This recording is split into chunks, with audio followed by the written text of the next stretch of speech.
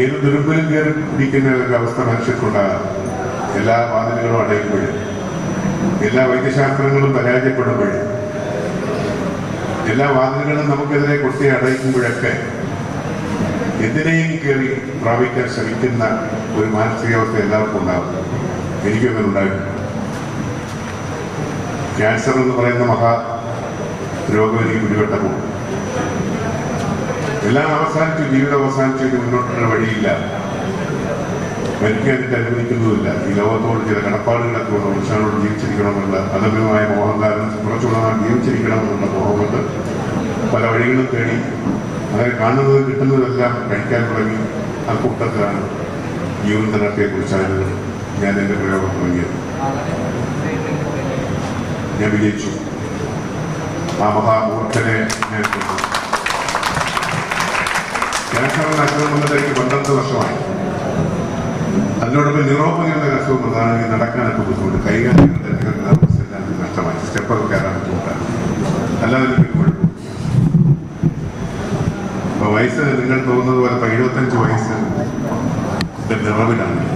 ഈ വരുന്ന 2-ാം തീയതി 28-ാം തീയതി 28/5-ന് 75 വയസ്സിൽ ഞാൻ പ്രവേശിക്കുന്നു.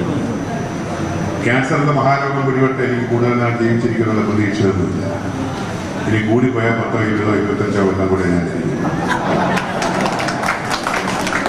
എന്റെ കൂട്ടിന്, എന്റെ ശക്തിക്ക്, എന്റെ ബലത്തിന്, എന്റെ രക്ഷകനായിട്ട് യൂറിൻ കൊണ്ടെടുത്ത് പോകാൻ ഞാൻ നിൽക്കും.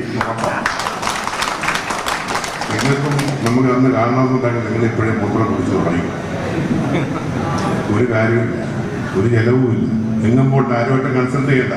മെഡിക്കൽ ഷോപ്പിൽ കൊണ്ട് ഡോക്ടറെ കണ്ട, MD കാരനെ കണ്ട, സ്പെഷ്യലിസ്റ്റിനെ കണ്ട, സ്പെഷ്യാലിറ്റി ഹോസ്പിറ്റലിൽ പോണ്ട. അറിയുക, കുടിക്കുക. ഇതിനൊന്നും പ്രിപ്പറേഷൻ്റെ ഒന്നും ആവശ്യമില്ല. ഇതെല്ലാം പത്രക്കാരെല്ലാം വെച്ചപ്പോൾ പത്രക്കാരൻ പലരും പറയുന്നു, ചേട്ടാ എൻ്റെ അച്ഛൻ കുടിക്കാറുണ്ട്, എൻ്റെ അമ്മയ്ക്ക് ഇന്ന അസുഖം വന്നപ്പോൾ അതാണ് കഴിച്ചത്. പക്ഷെ മടിയാണ്, പറയാൻ മടിയാണ്. ശ്രീനിവാസൻ, ഞാനൊന്ന് സന്തോഷിച്ചതാണ് കാര്യം. ശ്രീനിവാസൻ ഇവിടെ വരുത്താൻ ഞാൻ ആഗ്രഹിക്കുന്ന അദ്ദേഹത്തോട് സംസാരിക്കുമെങ്കിൽ പറഞ്ഞു, ആശാനെ ഞാൻ വരും. എൻ്റെ മനസ്സുകൊണ്ട് സന്തോഷിച്ച കാര്യം എൻ്റെ റോളൊന്ന് മാറുമല്ലോ. കൊല്ലം തുളസി പറയുന്നതിനേക്കാൾ ശ്രീനിവാസൻ പറയുന്നതായിരിക്കും. ഈ മോഹൻലാൽ എന്ന് തുറന്ന് പറഞ്ഞാൽ മതിയായിരുന്നു. ഇവർക്ക് എന്തോ ചമ്മല. കാര്യം ഒരുപാട് നായികമാരുണ്ടല്ല, അവരെ കാണും നല്ല വിചാരിച്ചായിരിക്കാം. ഈ ലോകം ഉറക്കെ പറയുന്ന ഒരു അവസരം വരും, ഇന്നല്ലെങ്കിൽ നാളെ ഉറപ്പാണ്. രാഷ്ട്രീയ പ്രമാണിമാരുണ്ട്, രാഷ്ട്രീയ നേതാക്കന്മാരുണ്ട്, മുഖ്യമന്ത്രിമാരുണ്ട്, ഞങ്ങൾക്കറിയാം. ഇദ്ദേഹം ഞാൻ ഇവിടെ അവിചാരിതമായിട്ട് രാമനിലയത്തിൽ വന്ന എൻ്റെ ഒരു വളരെ അടുത്ത പ്രശ്നങ്ങളായിട്ടുള്ള സ്ത്രീകളാണ്. കേരള ഫെഡറേഷൻ്റെ സംസ്ഥാന പ്രസിഡന്റ്, കരകൗശല വികസന കോർപ്പറേഷന്റെ ചെയർമാനാണ്. ഇപ്പോഴും അദ്ദേഹം തന്നെയാണ്. അദ്ദേഹം ഇത് കേട്ടപ്പോൾ തന്നെ അറിയാനായിട്ട് വരിക.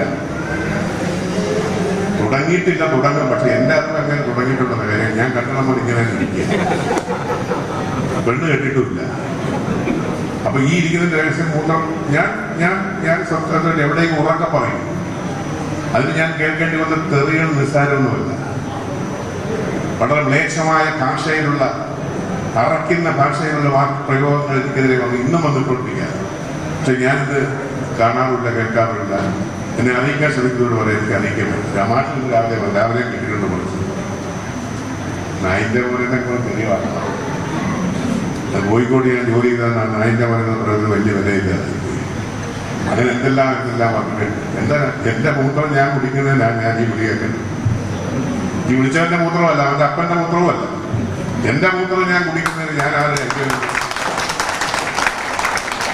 സഹോദരങ്ങൾ നിങ്ങളെല്ലാവരും ഇതുമായിട്ട് ബന്ധപ്പെട്ടവരാണെന്ന് അറിയാമെന്ന് പറഞ്ഞ് ഇതിന്റെ ശാസ്ത്രീയ വശത്തെക്കുറിച്ച് ഒന്നും ഞാൻ വിശദീകരിക്കുന്നില്ല.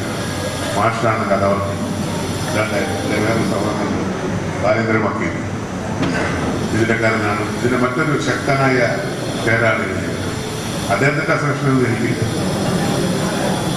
ഞാൻ ഇത് കേട്ട് ചന്ദ്രനെ പോലെ സൂര്യന്റെ വെളിച്ചത്തിൽ കൂടെ പ്രകാശിക്കുന്ന ഒരു ചന്ദ്രനാണ്. ഞാനിതിനെ പറഞ്ഞുകൊണ്ടേയിരിക്കും. കുടിക്കുന്നവർ കുടിച്ചുകൊണ്ടേയിരിക്കും, നിർത്തുന്നവർ നിർത്തിക്കൊണ്ടേയിരിക്കും. ചിലപ്പോൾ ഞാനും അങ്ങ് നിർത്തും. എനിക്ക് തോന്നാൽ ചിലപ്പം തുടങ്ങും. ഒരു കാര്യം മാത്രമേ ഞാൻ പറയുന്നുള്ള സമയം അതിക്രമം ചെയ്യുന്നു. മൂത്രം പരിപാവനമാണ്, പരിശുദ്ധമാണ്. ഉപയോഗപ്രദമാണ്. വിലയില്ലാതെ കിട്ടുന്ന ആധുനിക ലോകത്ത് ഒരു സാധാരണക്കാരന്റെ ജീവിതം താറുമാറാകുന്ന ഒരു അസുഖം വരുമ്പോൾ ആശുപത്രിയിൽ കയറി ഇറങ്ങിയാലുള്ള കാര്യം നിങ്ങൾക്കറിയാം. ലക്ഷക്കണക്കിന് കോടിക്കണക്കിന് രൂപ പോലും ചിലവായാൽ ജീവൻ തിരിച്ചു കിട്ടാത്ത അവസ്ഥയാണ് പലർക്കുള്ളത്. ക്യാൻസർ അറിയാം. ക്യാൻസറിന് വേണ്ടി അച്ഛനും അമ്മയ്ക്കും ശേഷം ധനവാന്റെ വീട്ടിൽ ക്യാൻസർ രോഗം വന്നാൽ അവൻ തുളയെക്കുറിച്ചോ ചെലവിനെക്കുറിച്ചോ നോക്കാറില്ല. എങ്ങനെയെങ്കിലും എൻ്റെ അച്ഛനെ രക്ഷിക്കണം, എൻ്റെ അമ്മയെ രക്ഷിക്കണം. പൈസ ഞങ്ങൾക്കൊരു പ്രശ്നമല്ല.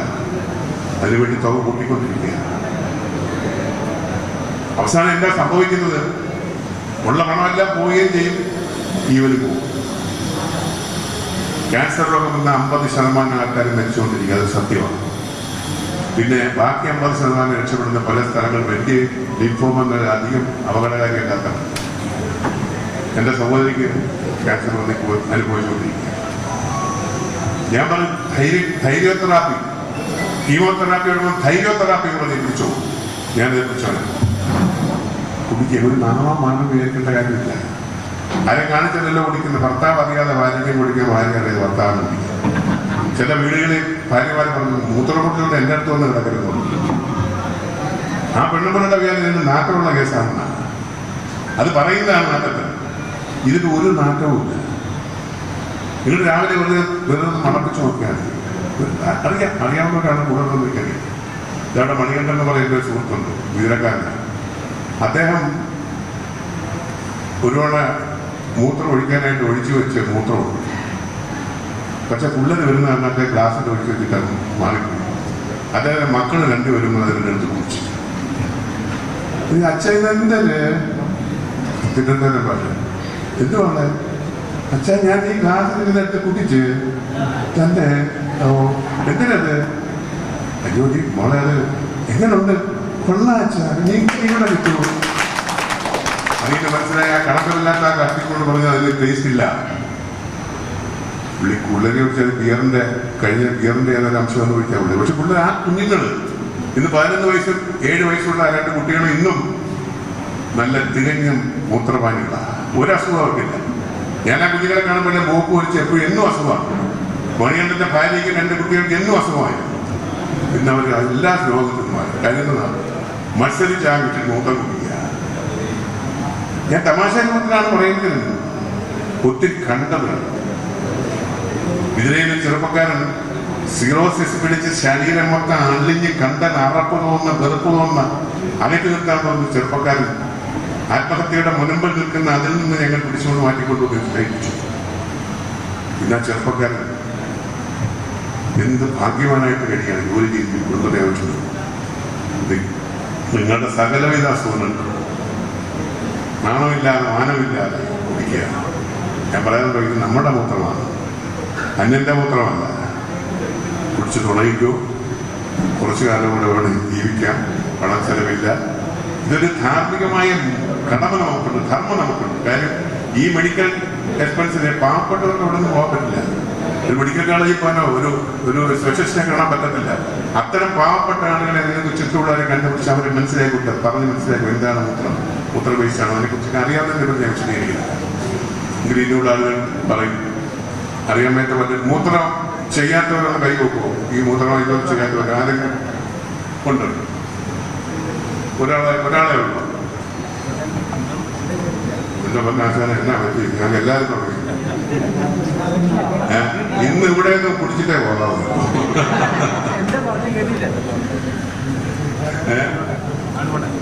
ഇവിടെ വന്ന് നമുക്ക് അങ്ങോട്ട് പോവാം. പിന്നെ പുറത്തോട്ട് പോയിട്ടാൽ ഒന്നുമില്ല.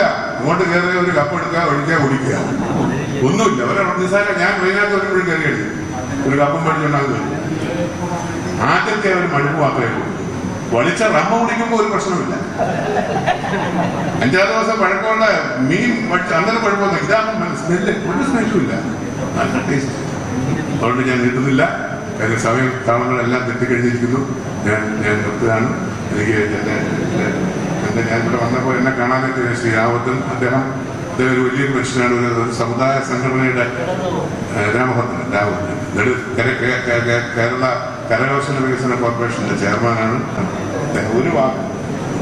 ഒരു വാക്കെന്ന് പറഞ്ഞ് എനിക്ക് വന്നിട്ട് ഇവിടെ വെച്ച് പരസ്യമായിട്ട് മൂത്രം കുടിക്കാൻ തുടങ്ങുമെന്ന് പ്രഖ്യാപിക്കുന്ന അവസാനം.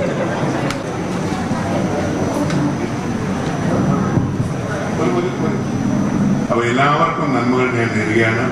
ഈ പരിശുദ്ധമായ പരിപാടി ഇന്നത്തെ ദിവസം മെനഞ്ഞാത്ത ദിവസം ഞങ്ങൾക്ക് നടക്കുമോ ഇവിടെല്ലാം പ്രാർത്ഥിക്കുന്നുണ്ട്. വടക്കനാഥനെയും ജഗന്നാഥനെയും സകല പള്ളികളുടെ മോസ്കുകളുടെ എല്ലാം ഞങ്ങൾ പറഞ്ഞു. ആ ദൈവങ്ങളെല്ലാം ഞങ്ങൾ മൂത്രത്തിന്റെ പേരിൽ എന്ന് പറയും. i2i News, an eye for truth.